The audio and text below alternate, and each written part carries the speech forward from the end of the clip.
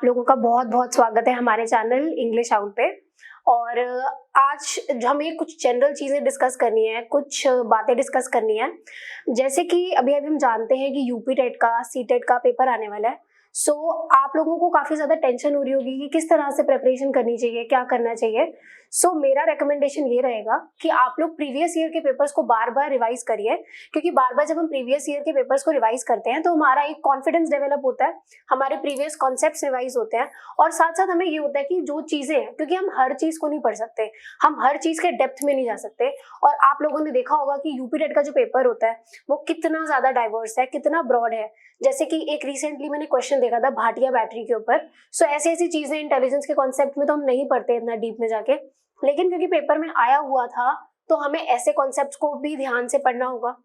तो previous years करते जाइए, प्रैक्टिस करते जाइए प्रीवियस ईयर्स की, अपना कॉन्फिडेंस बिल्ड होगा। और पेपर में आप ये देखोगे कि ऑलरेडी, क्योंकि आप एक उस फेज से निकल चुके हो ना कि कैसे क्वेश्चंस को डील करना है, कैसे आंसर देना है, तो आपको कन्वीनियंट रहेगा अगर आप प्रीवियस ईयर्स के बार बार प्रैक्टिस करते हैं। और जैसे कि आज हम प्रीवियस ईयर्स के क्वेश्चन डिस्कस करेंगे। हमारी जो पुरानी वीडियोस थी जिसमें मैंने जेंडर का टॉपिक पढ़ाया था, उससे रिलेटेड मैंने प्रीवियस ईयर्स की वीडियो बनाई थी। और मेरा यही कोशिश रहती है कि हर बार मैं आपके लिए प्रीवियस ईयर्स के क्वेश्चंस लाऊं, ताकि आपको क्या हो, बार बार रिवीजन होती रहे अपने कॉन्सेप्ट्स की। क्योंकि बिना प्रैक्टिस के हम नहीं कह सकते कि हमें क्या आता है और क्या नहीं आता। सो आई होप कि आज का ये जो मैंने वीडियो में मैंने जो भी क्वेश्चंस डाले हैं, होपफुली आपको वो ज्यादा अपने लगे कि आपकी नॉलेज बढ़ी उससे। और आप अगर आपको आते भी हैं और आपका रिवीजन हो जाएगा तो वो और बेटर है, क्योंकि रिवीजन करने से क्या होगा कि आपके वो कॉन्सेप्ट्स पक्के हो जाएंगे। So let's start. आज का हमारा कॉन्सेप्ट है प्रीवियस ईयर्स को डिस्कस करना। और आज हम डिस्कस करेंगे जो लास्ट वीडियो मैंने बनाई थी चाइल्ड डेवलपमेंट की, जिसमें ग्रोथ और डेवलपमेंट का कॉन्सेप्ट हमने पढ़ा था और साथ में प्रिंसिपल्स ऑफ डेवलपमेंट पढ़ा था। आज मैंने एक वीडियो बनाई है उसके प्रीवियस ईयर्स की। इवन तो हमें इसमें और भी बहुत सारे कॉन्सेप्ट्स पढ़ने हैं, लेकिन आज की वीडियो में हम खाली इसी कंटेंट के ऊपर क्वेश्चन देखेंगे, ताकि यहाँ पे जो हमने पढ़ लिया उसको एक बार पक्का कर लें। तो लेट्स स्टार्ट।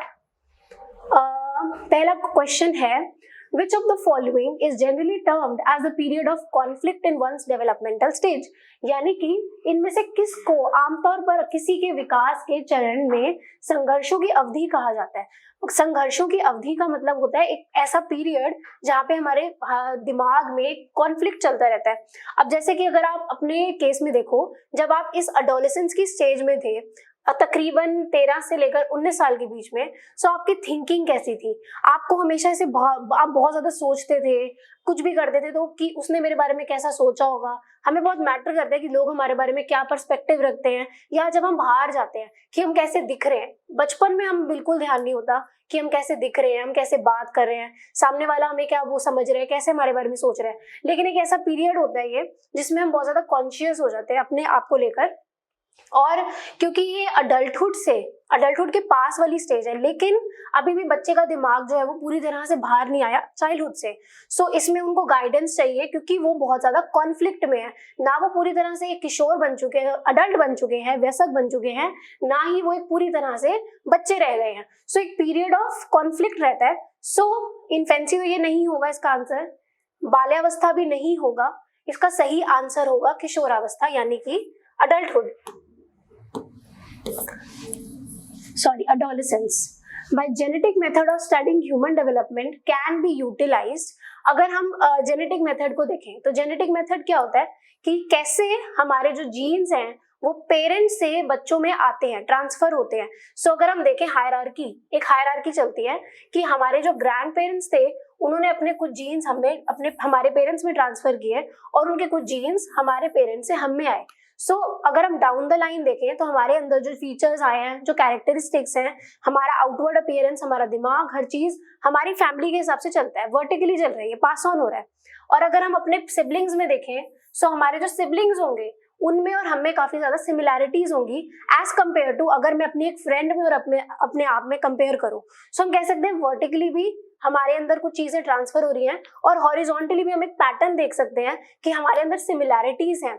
सो यहाँ पर अगर हम देखें मानव विकास के अध्ययन, अगर हम ह्यूमन डेवलपमेंट को की स्टडी करना चाहते हैं तो हमें किस डायरेक्शन में स्टडी करनी चाहिए? डेवलपमेंट के लिए हमारे को वर्टिकल डेवलपमेंट के ऊपर भी फोकस करना है कि किस तरह के फैमिली ट्री चल रहा है, प्लस उनके जो सिबलिंग्स थे कि एक बच्चा अगर घर में जीनियस है तो उसके बाकी सिबलिंग्स कैसे हैं, उसके ऊपर भी हम डेवलपमेंट की स्टडी कर सकते हैं कि अगर एक बच्चा घर में बहुत होनहार है और पढ़ाई में बहुत अच्छा है, जीनियस है, तो उसके साथ के जो सिबलिंग्स हैं उनमें किस तरह से दिमाग का डेवलपमेंट हुआ, या अगर एक सिबलिंग बहुत ज्यादा स्पोर्ट्स में है तो दूसरा सिबलिंग भी। ऐसे आपने बहुत सारी मूवीज देखी होंगी या रियलिटी में भी ऐसे बहुत सारे लोग देखे होंगे जिनके अगर बच्चे जो जैसे हमारी पीछे एक मूवी आई थी दंगल, जिसमें उनकी चारों बहनें जो थी वो एक एक करके दंगल उन्होंने शुरू कर दिया, वो लाइन में आ गई। तो हम ये देख सकते हैं कि फैमिली के अंदर भी वो ट्रांसमिशन होता है, हॉरिजॉन्टली भी और वर्टिकली भी होता है, क्योंकि उनके पेरेंट्स जो थे वो उस फील्ड में थे, तो उनकी जो बच्चे थे उनके अंदर फिजिकल स्ट्रेंथ अच्छी थी। सो इसका आंसर होगा बोथ हॉरिजॉन्टल एंड वर्टिकल। अब आ जाते हैं तीसरे क्वेश्चन पे, which of the following is not a principle of development. इनमें से कौन सा सिद्धांत नहीं होगा विकास का सिद्धांत इनमें से कौन सा नहीं है। Principle of specific to general, यानी कि विशिष्ट से सामान्य का सिद्धांत। प्रिंसिपल ऑफ कंटिन्यूटी, यानी कि निरंतरता का सिद्धांत। प्रिंसिपल ऑफ वेरिएशन, यानी कि भिन्नता का सिद्धांत, या फिर प्रिंसिपल ऑफ इंटीग्रेशन, एकीकरण का सिद्धांत। अब आपको मैं सारे प्रिंसिपल्स ऑलरेडी वीडियो में बता चुकी हूँ। तो एकीकरण, इंटीग्रेशन का मतलब क्या हुआ कि हम होलिस्टिकली अगर हम देखें, सो हमारे जो ग्रोथ और डेवलपमेंट है वो होलिस्टिक चलती है। हमारा कॉग्निटिव डेवलपमेंट होता है, हमारा साइकोमोटर डेवलपमेंट होता है और हमारा फिजिकल डेवलपमेंट होता है। सारे एस्पेक्ट्स में डेवलपमेंट होगा। और एक तरह का डेवलपमेंट जैसे कि फिजिकल डेवलपमेंट मेंटल डेवलपमेंट पे अपना अभाव डालेगा, अपना इम्पैक्ट डालेगा, इन्फ्लुएंस डालेगा। और मेंटल डेवलपमेंट और फिजिकल डेवलपमेंट अगर बच्चे का बहुत ज्यादा है तो वो बच्चा कॉग्निटिवली भी यूजुअली अच्छा होता है। जैसे अगर हम विराट कोहली की बात करें, फिजिकली वो अच्छे हैं, मेंटली अगर आप कभी उनके इंटरव्यूज में देखें तो उनका दिमाग शार्प है, सुनने से पता चल जाता है कि इंसान के कॉग्निटिव डेवलपमेंट कैसी है।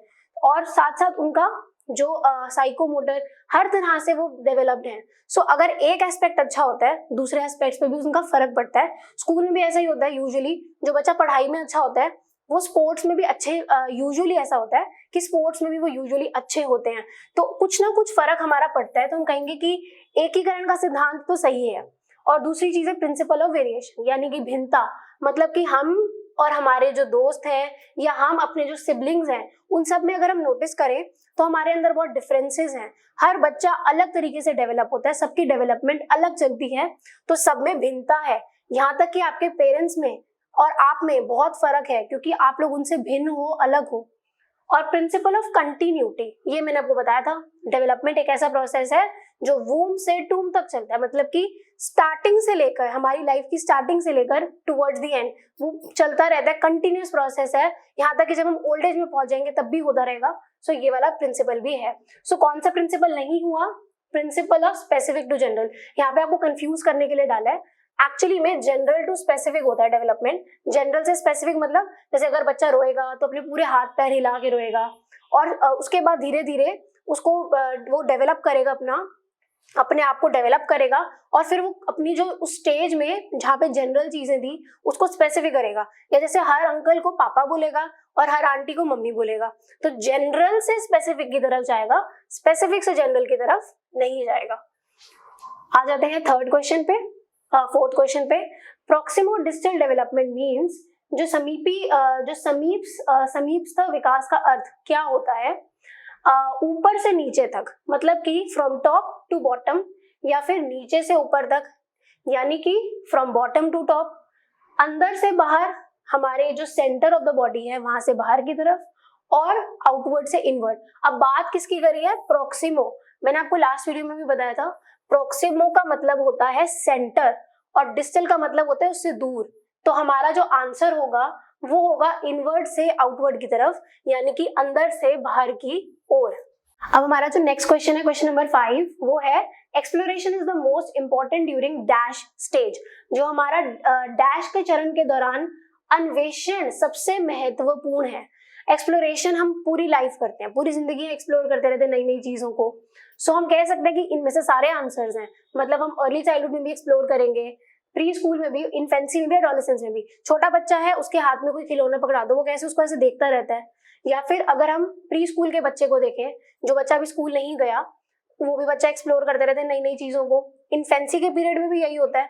और अडोलेसेंस में भी। इन्फेंसी की स्टेज जैसे मैंने आपको बताया था 0 से लेकर 2 इयर्स तक की होती है। प्री स्कूल का बच्चा मतलब तब बच्चे स्कूल जाते हैं 3 साल की उम्र से, तो हम इसको मान सकते हैं 0 से लेकर 3 इयर्स, ये आ गया प्री स्कूल की स्टेज। अडोलेसेंस का पीरियड आपको पता है कि कहाँ से कहाँ तक होता है, ये होता है हमारा 13 से लेकर 19 तक, ये होता है एडोलेसेंस का पीरियड। और अर्ली चाइल्डहुड मतलब कि जो अर्ली चाइल्डहुड का पीरियड है वो होता है हमारा तकरीबन 3 साल से लेकर 6 साल के बीच में। सो इन सारी स्टेजेस में अगर हम देखें तो इन्फेंसी की जो स्टेज है और अर्ली चाइल्डहुड की लगभग स्टेजेस इसमें कवर हो रही है प्री स्कूल स्टेज में। सो हम कह सकते हैं कि प्री स्कूल जो होगा वो ज्यादा बेटर आंसर है, क्योंकि इसमें इन्फेंसी की भी स्टेज कहीं ना कहीं और अर्ली चाइल्डहुड की भी स्टेज कवर हो रही है। सो ये आंसर इसका सबसे सही आंसर होगा। Which of these statements regarding the rate of growth and development in a child is correct? इनमें से कौन सी चीज आपको सही लग रही है? They are both uniform. जो हमारा ग्रोथ और डेवलपमेंट का रेट है वो यूनिफॉर्म चलता है, ऐसा तो नहीं होता, क्योंकि अर्ली चाइल्डहुड में मैंने आपको बताया था बहुत फास्ट ग्रोथ रेट होता है, फिर उसके बाद हम मिडिल चाइल्डहुड या हमारा जो चाइल्डहुड का स्टेज है उसमें हमारी ग्रोथ थोड़ी सी स्लो डाउन हो जाती है, और उसके बाद जब हमारा लेटर चाइल्डहुड का स्टेज है या जो हमारा अडोलेसेंस का स्टेज है उसमें रैपिड डेवलपमेंट होता है, तो ये यूनिफॉर्मिटी तो नहीं होती। दे आर नॉट यूनिफॉर्म, वो एक समान नहीं होते। Rapid changes occur in old age, old age में तो उल्टा हो जाता है, रैपिड चेंजेस नहीं होते। और development ceases at adolescence, adolescence पे हम नहीं कह सकते कि डेवलपमेंट रुक जाती है, क्योंकि अभी अभी हमने पढ़ा development is a life long process, तो डेवलपमेंट तो कभी रुक ही नहीं सकती। तो इसका सही आंसर होगा कि ये एक समान नहीं है, दोनों साथ साथ हमेशा यूनिफॉर्म रेट पे नहीं चलते, ऊपर उतार चढ़ाव चलते रहते हैं। कभी हमारी ग्रोथ बहुत ज्यादा हो जाती है किसी स्टेज में, और किसी स्टेज में हमारी ग्रोथ जो होती है वो बहुत डिक्लाइन हो जाती है। Which of these ages come under the category of later childhood? अभी भी हमने डिस्कस किया लेटर चाइल्डहुड क्या होता है। चाइल्डहुड के बारे में आपको मैंने लास्ट वीडियो में भी बताया था कि चाइल्डहुड में 3 स्टेजेस होते हैं, एक होती है अर्ली चाइल्डहुड, पूर्व बाल्यावस्था, फिर आती है मीडियम मिडिल चाइल्डहुड, और लास्ट में आती है जो लेटर चाइल्डहुड होती है। तो लेटर चाइल्डहुड की कौन सी स्टेज है? सिंपल आंसर है, और लेटर चाइल्डहुड की जो स्टेज है वो आती है हमारी 6 से लेकर 12 साल के बीच में। The direction of development in a child is along the horizontal axis, और ये जो horizontal axis होता है मतलब कि अभी भी हमने पढ़ा, जो हमने लास्ट वीडियो में पढ़ा था कि हेड से लेकर लिम्स में और फिर लिम्स से लेकर लेग्स में डाउन द लाइन हमारी डेवलपमेंट होती है। हॉरिजॉन्टल लॉन्जिट्यूडनल मतलब सीधी वर्टिकल डेवलपमेंट होती है ऊपर से लेकर नीचे तक, यानी कि बच्चा पहले अपने सर पे काबू करना सीखता है, फिर अपने लिम्स पर काबू करता है और वो नीचे की तरफ बढ़ती है। पहले बच्चा सर उठाएगा, फिर उसके बाद अपने हाथों को यूज करेगा, धीरे धीरे अपने पैरों को यूज करना सीखता है, तो लास्ट में वो चलना शुरू करते हैं बच्चे। सो हम कह सकते हैं कि डायरेक्शन जिसमें हमें ये पता चले कि बच्चों का सर से लेकर पैर की तरफ डेवलपमेंट होता है, ये कौन सा प्रिंसिपल था? ये था सिफेलोकॉर्डल। कॉर्डोसिफेलो कुछ भी नहीं होता, लैटरल और डिस्टल भी कुछ नहीं होता, इसका आंसर है सिफेलोकॉर्डल। Which of these statements is true? इनमें से कौन सा कथन सत्य है?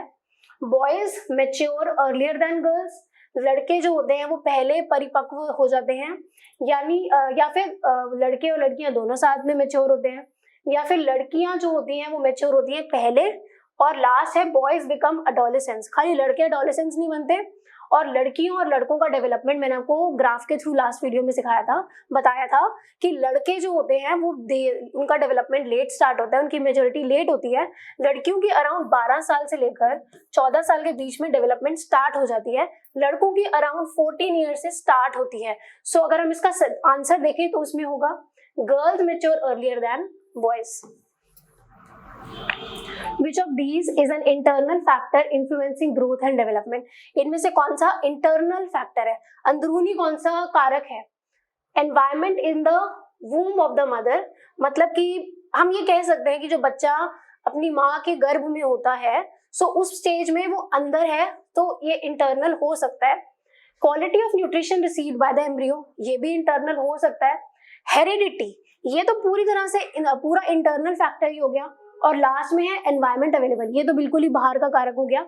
अगर हम इन तीनों में से बेस्ट आंसर देखें, आप इसको भी सही मान सकते थे अगर हेरिडिटी ना होता, लेकिन हेरिडिटी का आंसर क्यों है? क्योंकि हेरिडिटी समथिंग जो हमारी इंटरनल है, जो बाहर की चीज हमें गवर्न नहीं करती। हेरिडिटी के अलावा जो भी चीजें हैं वो सारी एनवायरमेंट में है, सो वो बाहरी कारक हो गए। लेकिन अगर हेरिडिटी ना होता तो इसका आंसर होता environment in the वूम of the mother. The development objectives in the curriculum framework for early childhood development is towards प्रारंभिक बाल्यावस्था विकास के लिए पाठ्य चर्चा ढांचे के विकास के उद्देश्य हैं। मैंने आपको बताया था महात्मा गांधी जो थे वो एम्फोसाइज करते थे हेड, हैंड और हार्ट, 3H, मतलब कि बच्चे के पूर्ण विकास करना चाहिए, होलिस्टिक डेवलपमेंट करना चाहिए, उसके कॉग्निशन का भी, उसकी जो फिजिकल ग्रोथ है उसका भी, और साथ साथ उसकी जो इमोशंस हैं इन सब चीजों का भी हमें डेवलप करना है, मतलब कि साइकोमोटर डेवलपमेंट भी हमें करना है। सो बच्चे की कैसे डेवलपमेंट होनी चाहिए? सिंपल आंसर, फिजिकल भी करनी है, कॉग्निटिव भी करनी है और सोशल भी करनी है, यानी कि इसका आंसर होगा all of the above. The pace of development varies from individual to individual, but it follows dash pattern.